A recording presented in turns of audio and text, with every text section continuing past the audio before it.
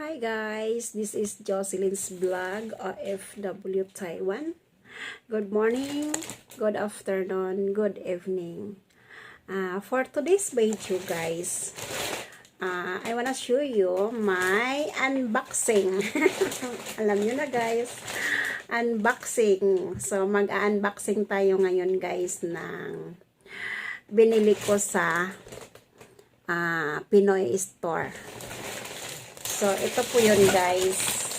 Yahoo! From AEC. So, AEC po siya guys, no? So, pinakauna kong binili ay cheese ring. Ayan, cheese ring. My favorite cheese ring. Chippy! And then,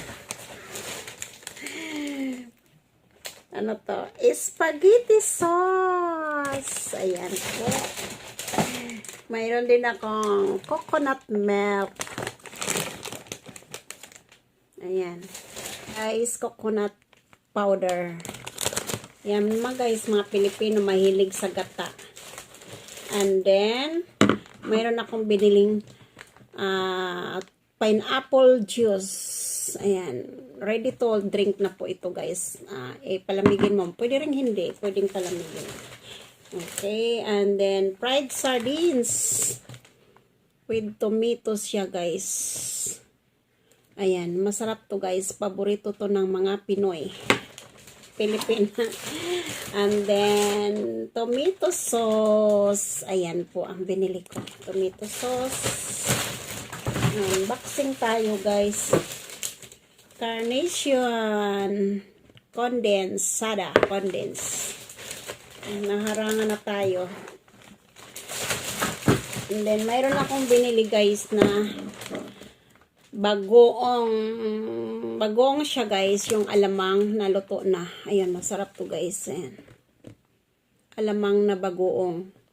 Ready to cook, ready to eat na rin to guys. Cook na siya guys, cook na. So, pag i-open mo siya, cook na siya guys. Pwede na siyang kainin preso.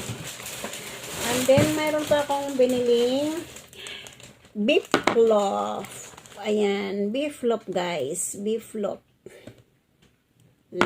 Nagtambak ako kasi minsan nakakamiss kumain ng Filipino food. Mayroon din akong carne norte. CDO. Yan, mayroon akong cotton. Para saan to guys? Alam nyo na. Sa mga babae. Magkuskus sa mukha. Ayan, mayroon din akong binili ng pork and beans. At saka star margarine. Ayan. Natakpan. Star margarine. Margarine po ito guys. Margarine. Para pangluto ng hot cake. Ayan, wala na po akong guys. Ayan. So, that's it. Yan lang po ang aking unboxing for today. Ayan, sana nag-enjoy po kayo sa aking mga video.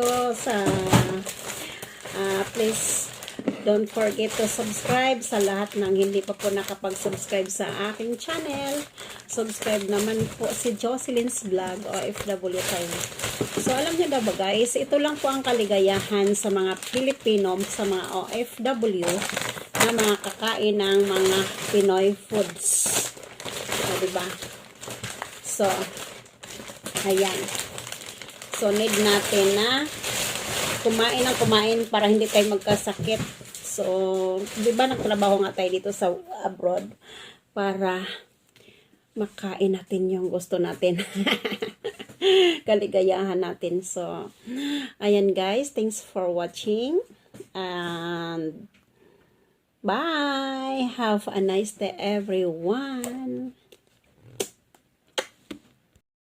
So guys, ayan po lahat ang aking nabili. 855 NT dollars.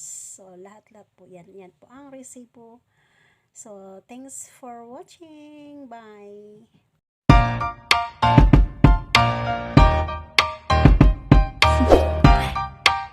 Do you want to know? Well, I've been thinking about got you.